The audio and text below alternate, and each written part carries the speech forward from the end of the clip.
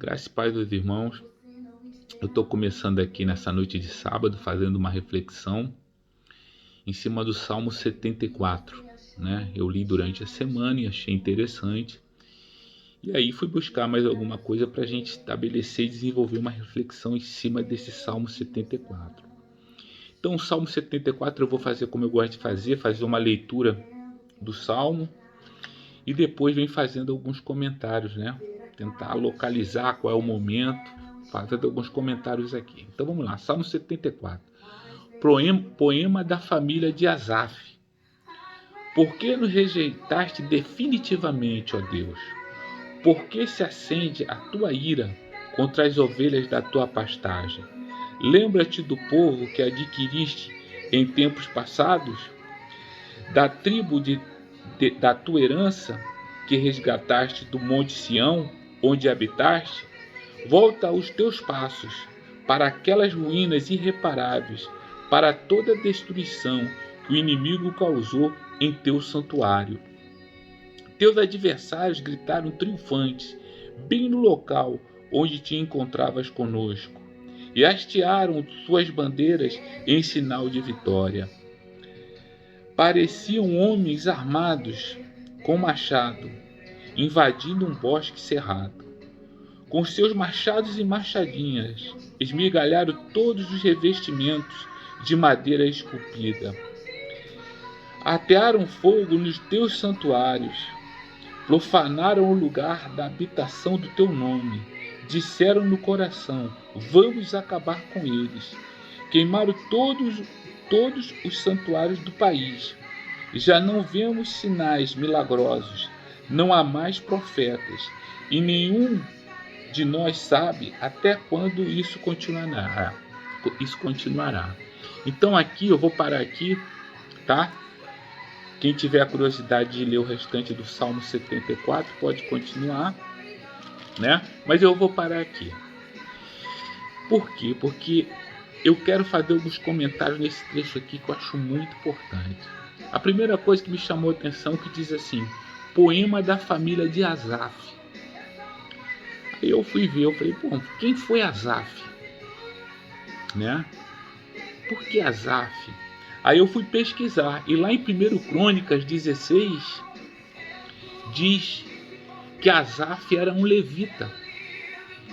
E ele era um dos principais levitas e foi nomeado por Davi, né, para conduzir as cerimônias, né, na tenda, porque Davi trouxe a arca dos filisteus, né, e preparou uma tenda, né, para essa arca. E nesse período aí, Asaf já é nomeado como principal para cuidar e fazer todas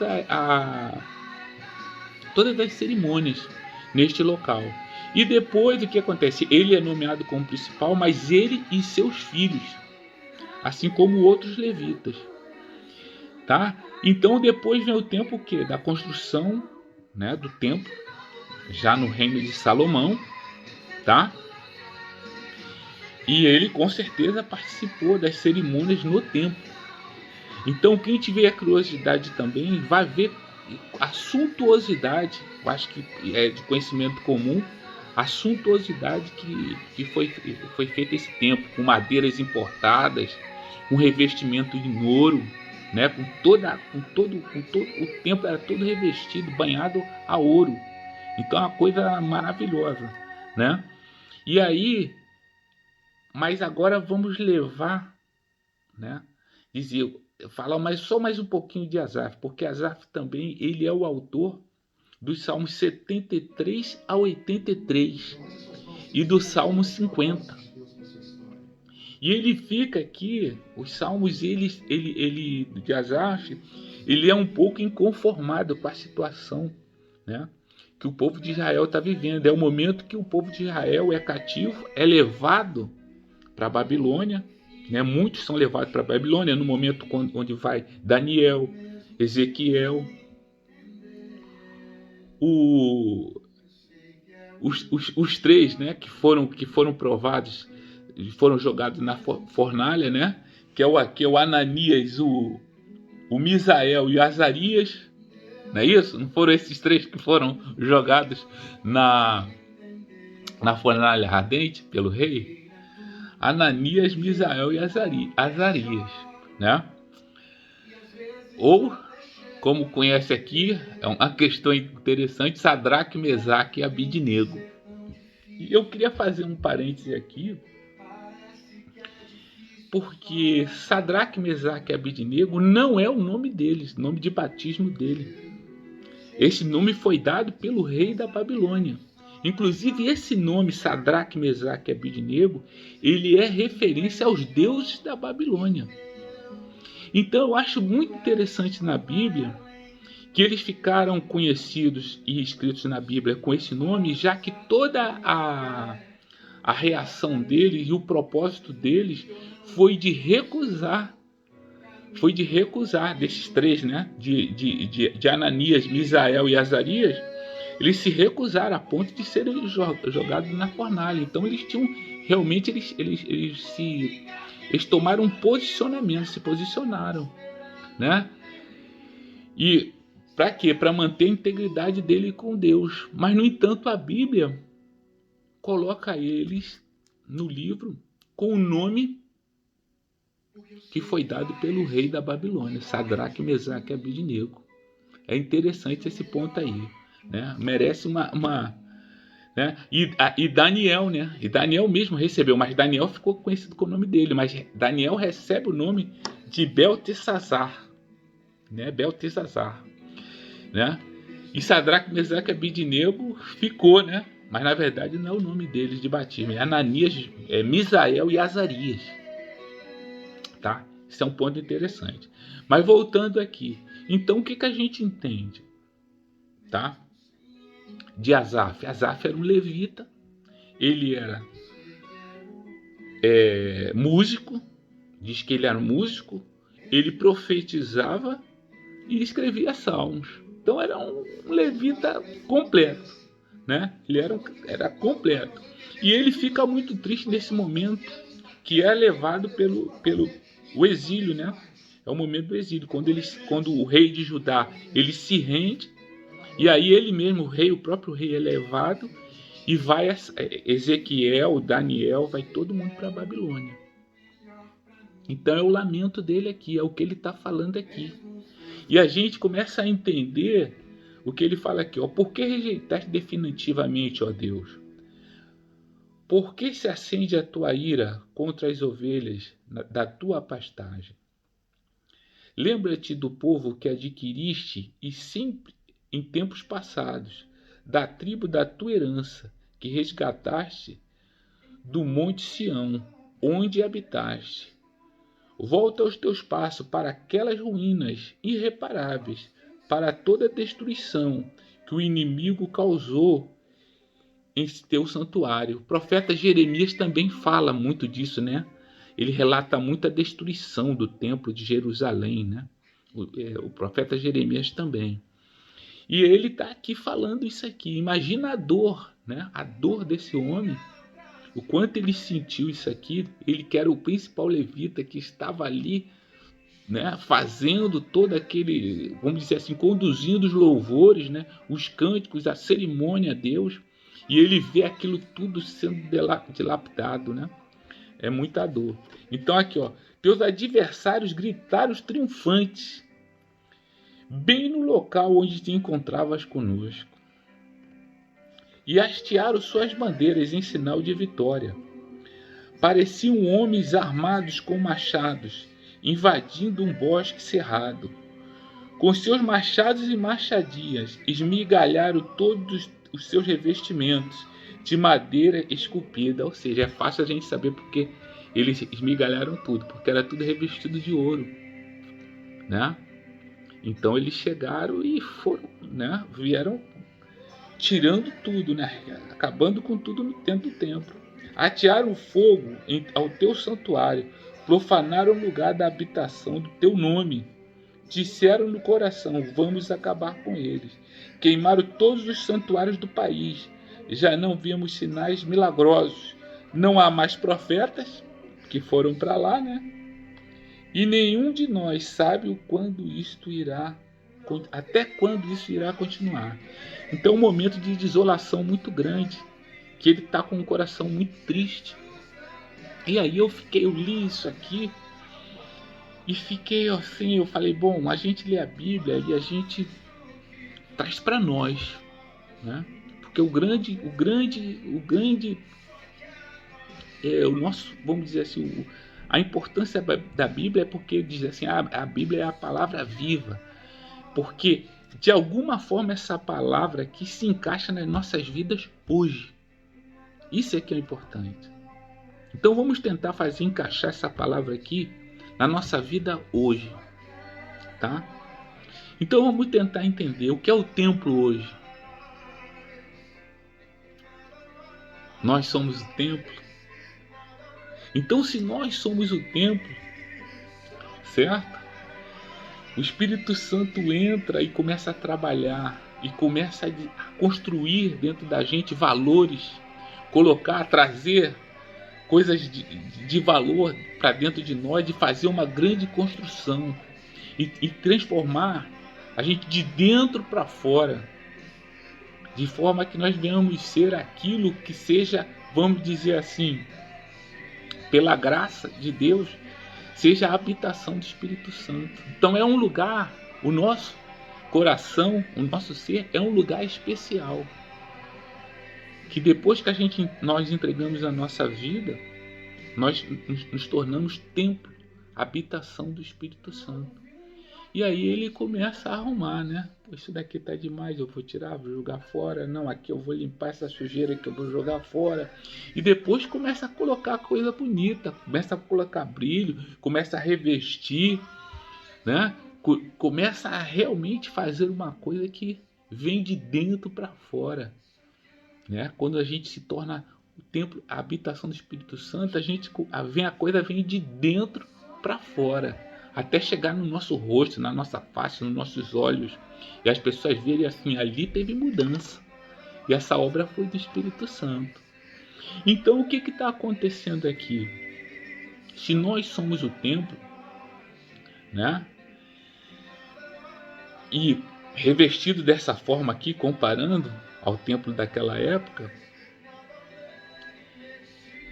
o que acontece? Onde é que nós deixamos a brecha para que o inimigo consiga entrar nesse lugar especial? Então, se vocês forem estudar esse tempo aqui, é o tempo justamente que eles são levados cativos para a Babilônia. Por quê? Por causa da desobediência, por causa do afastamento. Se afastaram da obediência da palavra, dos mandamentos. Deixaram de observar os mandamentos de Deus. Se afastaram de Deus. Então a mesma coisa acontece conosco. Nós nos afastamos de Deus. E nós que somos nosso interior, que é a habitação do Espírito Santo, afastado de Deus, ele é vulnerável ao inimigo. O inimigo vem o quê? Para depredar, para destruir aquele lugar lindo, maravilhoso que Deus construiu.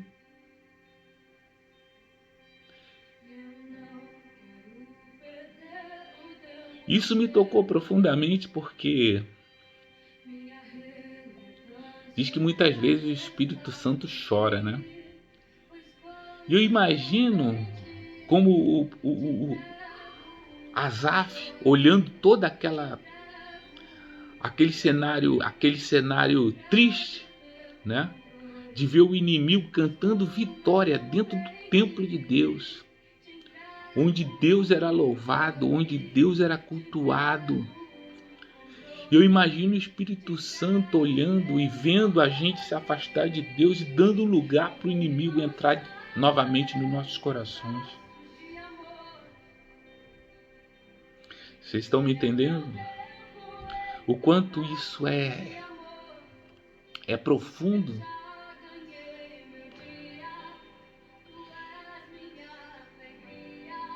O quanto nós entristecemos o Espírito Santo quando nós nos afastamos de Deus. E a obra linda que Ele fez dentro de nós, de construir tantas coisas bonitas, de fazer um templo bonito para habitar, ele é rapidamente dilacerado, depredado pelo inimigo. Há uma passagem bíblica que diz que quando um espírito demoníaco é expulso, ele vai vagar pelo mundo. E não encontrando lugar, ele se lembra do lugar onde ele habitava. E ele quer voltar. E traz mais 7. E traz mais 7 demônios. Então eu imagino que enquanto que a gente estiver perto de Deus, sobre a proteção de Deus, ele não vai encontrar lugar e nem brecha para entrar em nós novamente.